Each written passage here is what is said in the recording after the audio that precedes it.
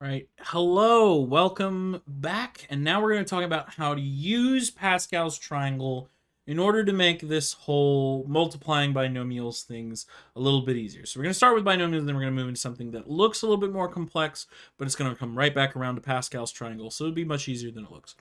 So let's start by going to the board, talking about binomials. So as we've discussed, so if we have, actually, let's go ahead and do this in yellow.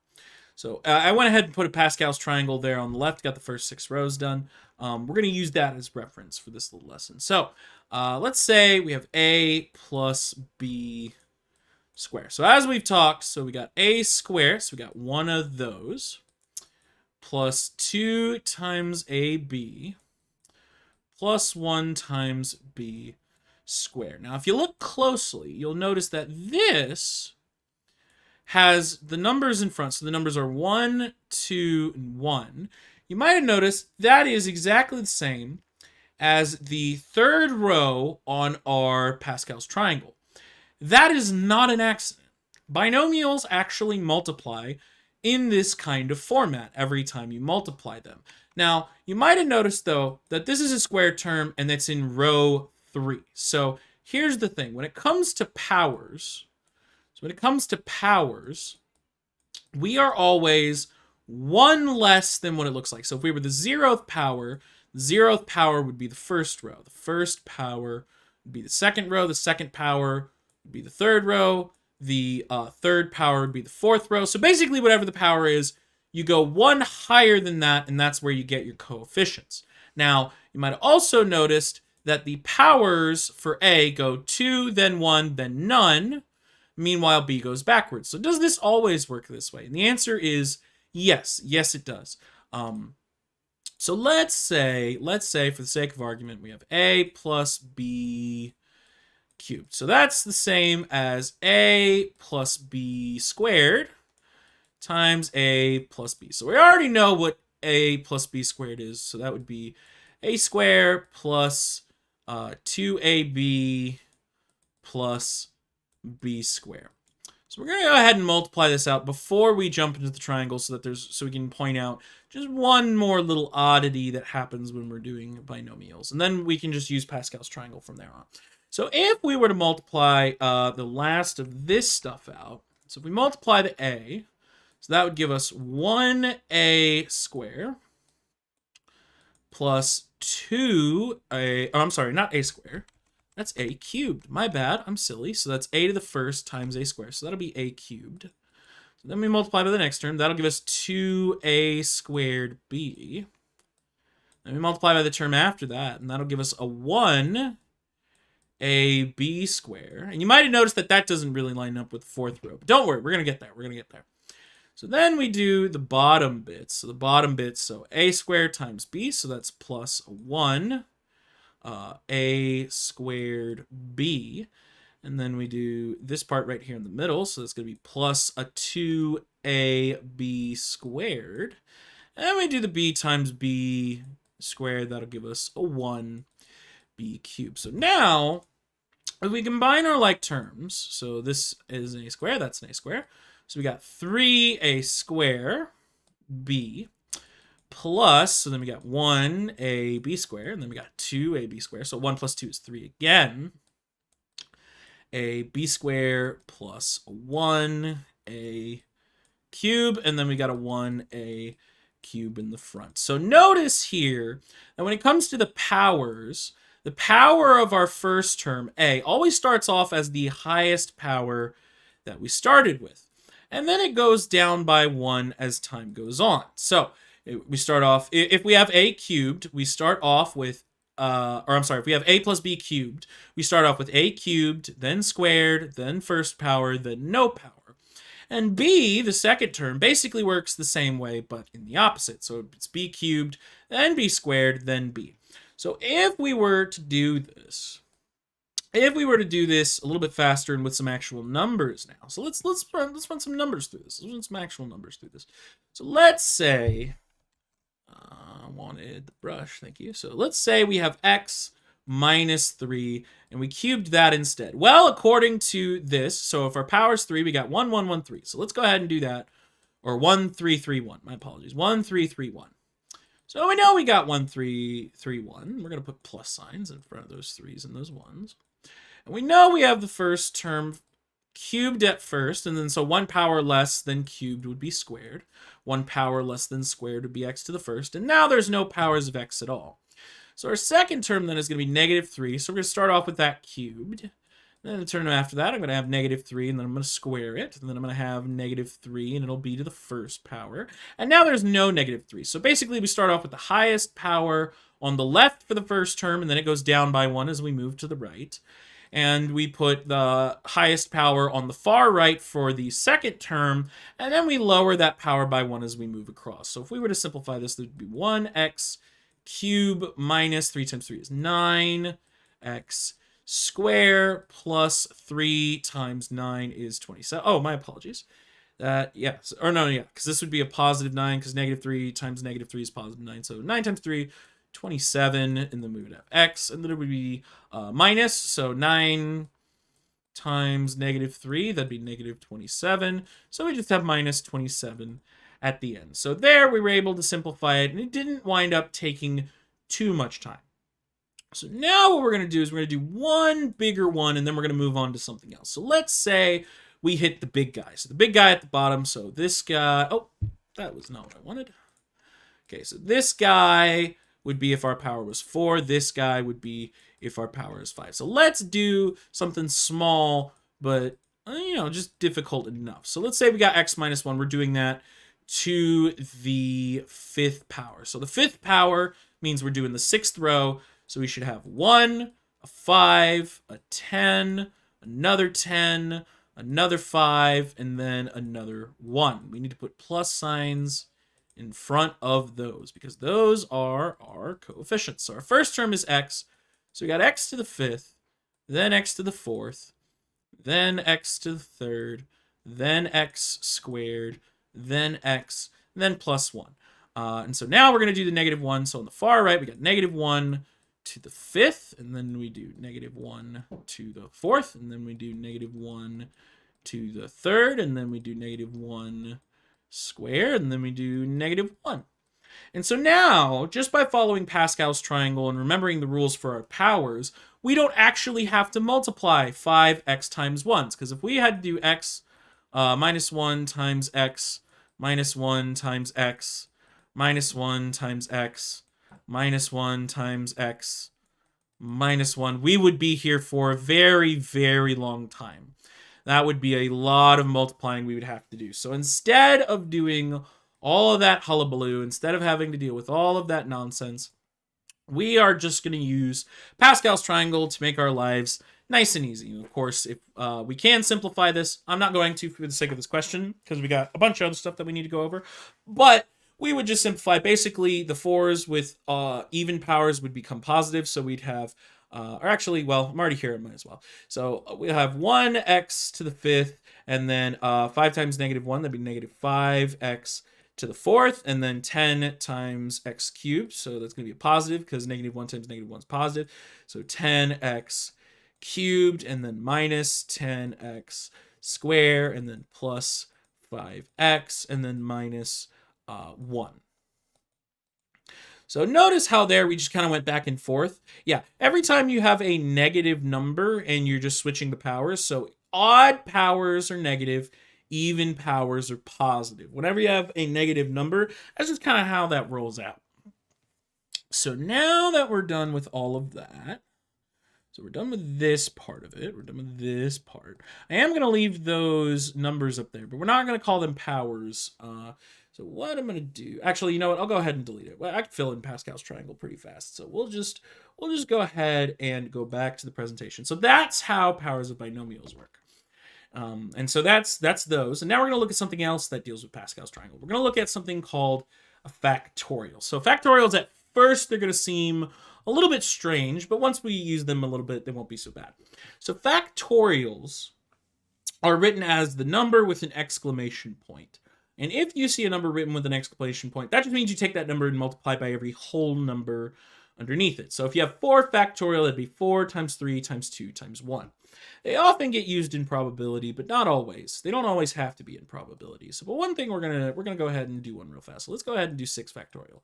So 6 factorial will be 6 times 5 times 4 times 3 times 2 times 1. So we're gonna try to do this as fast as possible. So the times 1, we can kind of ignore it. Whenever you're multiplying by 1, nothing really happens. So 2 times 3 is 6. 5 times 4 is 20. 20 times 6 would give us 720. And so now we need to multiply that by 6. So now we just got to do 720 times 6. So I'm just going to do 72 times 6 at the 0. So 6 times 2 is 12. 6 times 7 is 42. Plus 1 is 43. Add a 0. So this is going to be what our... Oh, goodness gracious me. I did a silly... Forgive me, students. I know some of you must be very upset with me right now. 6 times 20 isn't 720, it's 120. I did a bad math. And this, students, is why it's okay to use calculators. So now if we do 120 times 6, I'm so sorry. That was very silly of me. So 2 times 6 is going to be 12. And 6 times 1 is 6 plus 1 is 7. So that would be 720. So 720 would be our answer, not that bigger number I had. So 720 is what 6 factorial. So as you might have noticed, even a small number with a factorial on it gets really big really quickly. That's because factorials are very, very big numbers. They're meant to represent a lot of things going on at once. And that's okay. That's okay. So that's what a factorial is. So now let's move a little bit forward and talk about how we use them. So moving on, we're going to talk about something called combinatorics. So combinatorics is just a fancy way of saying, okay, we have some number of objects and we only want a specific amount of them. So let's go to the board. So if we have, so let's say, let's get a little example. So let's say we have, oh, that's not my marker. Okay, sorry. So let's say we have a box and there are 3 things in the box. We have A, B, and C. So there are 3 objects. So we have 3. So we have 3. And let's say we only want to pick 2 of them. So we have 3. We're going to pick 2. So according to our formula, so it's n choose r. So the way n choose r works is we have n factorial on top, r factorial on bottom, and n minus r, we have the factorial of that. So the reason all of these are here is because this is how many different ways we could make what's called a permutation. So permutation means we're trying to get everything. How many ways can we mix and match everything? But as we stated, we don't want everything. We only want to pick 2. And that's what this section right here is for. This cuts it off at however many objects we're picking. We're saying, no, we only want this many. And then this last bit over here is to account for repeats. Now, in this situation, so we have 3 objects, we're picking 2. So all the different ways we could write these objects, so we'd have ABC, ACB, BAC, CAB, and CBA. So there are 6 different ways that we could do this. But here's the thing. We don't care about that third one at all. We don't care about it. We don't need it.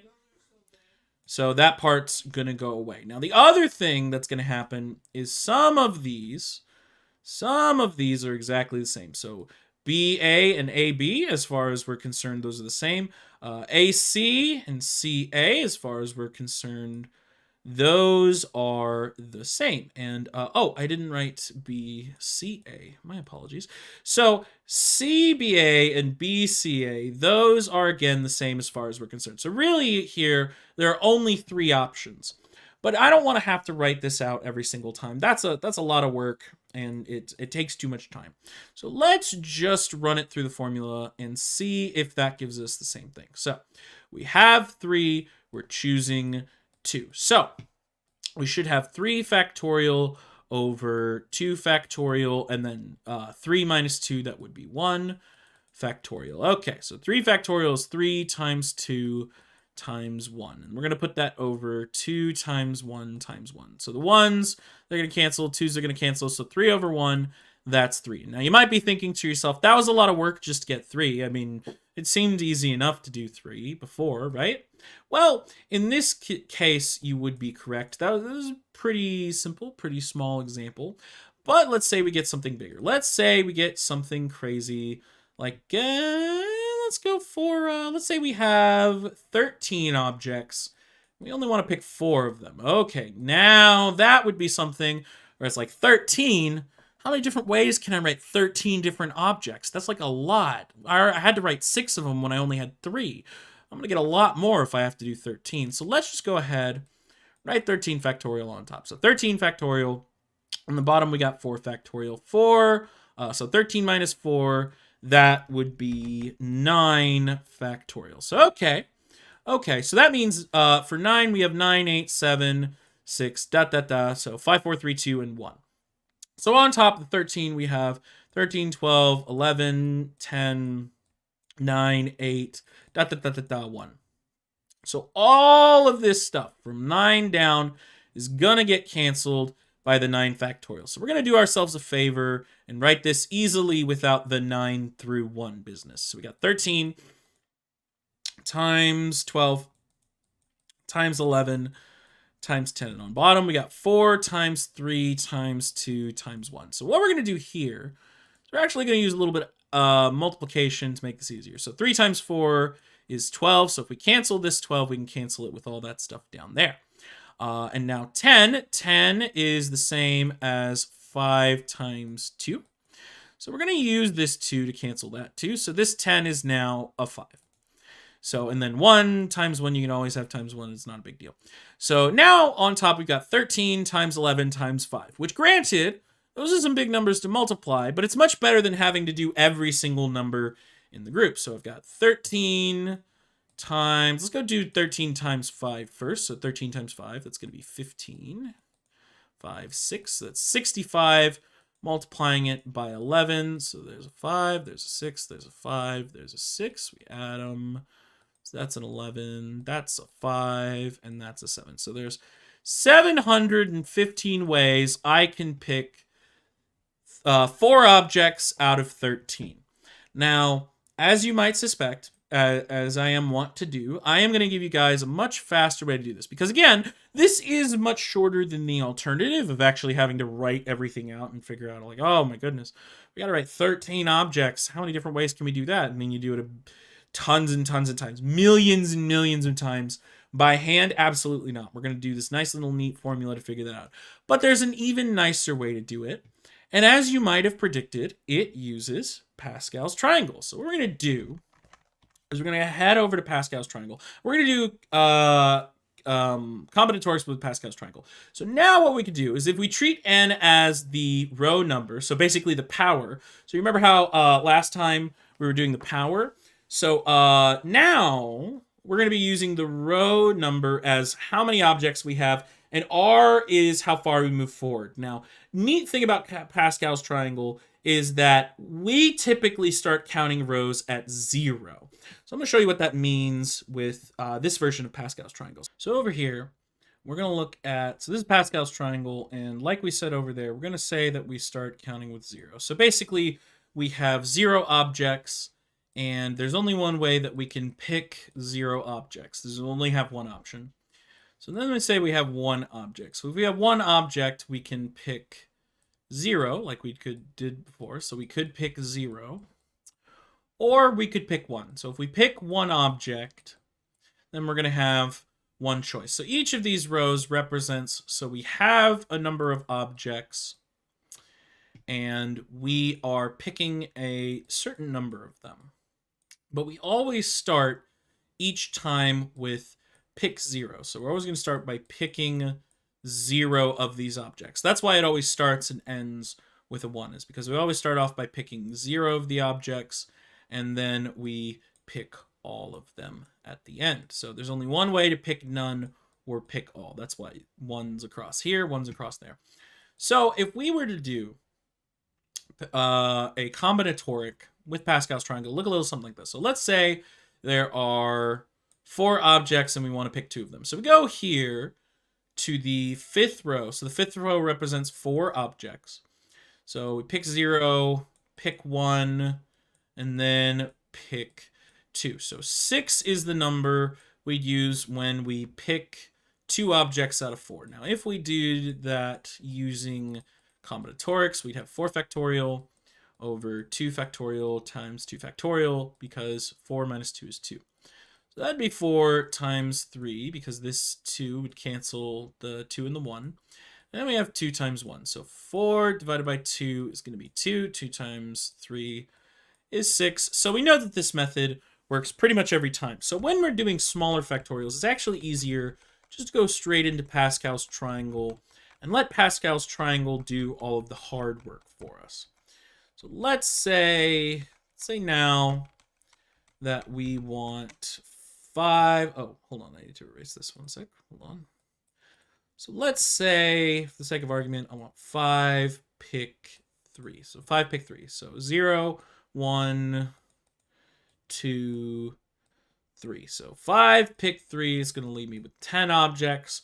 So I can just go straight into Pascal's triangle, and I can go to the 5 object row. So remember, it's 0, 1, 2, 3, 4, 5.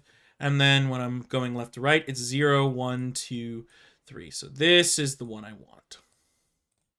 And this is how to do combinatorics much faster using... So that is how we do combinatorics, but with Pascal's triangle. And that is going to be the end of that today. So how many different combinations are there for fruit salad when you have 10 available fruits and we choose 4? So you have multiple ways you can do this. You can do this using the combinatoric formula of 10 choose 4. Or you can go to Pascal's triangle and go all the way down and make 10 rows. 10 rows actually isn't that far down on Pascal's triangle, but if you want to do it with the formula, you absolutely can. Just know that Pascal's triangle is an option. So anyway, I'm going to save this one, specifically the answer to it, for when we go ahead and do the synchronous session. But for right now, I'm going to leave you with this, and you have an awesome day, and I'll see you next time. Bye-bye.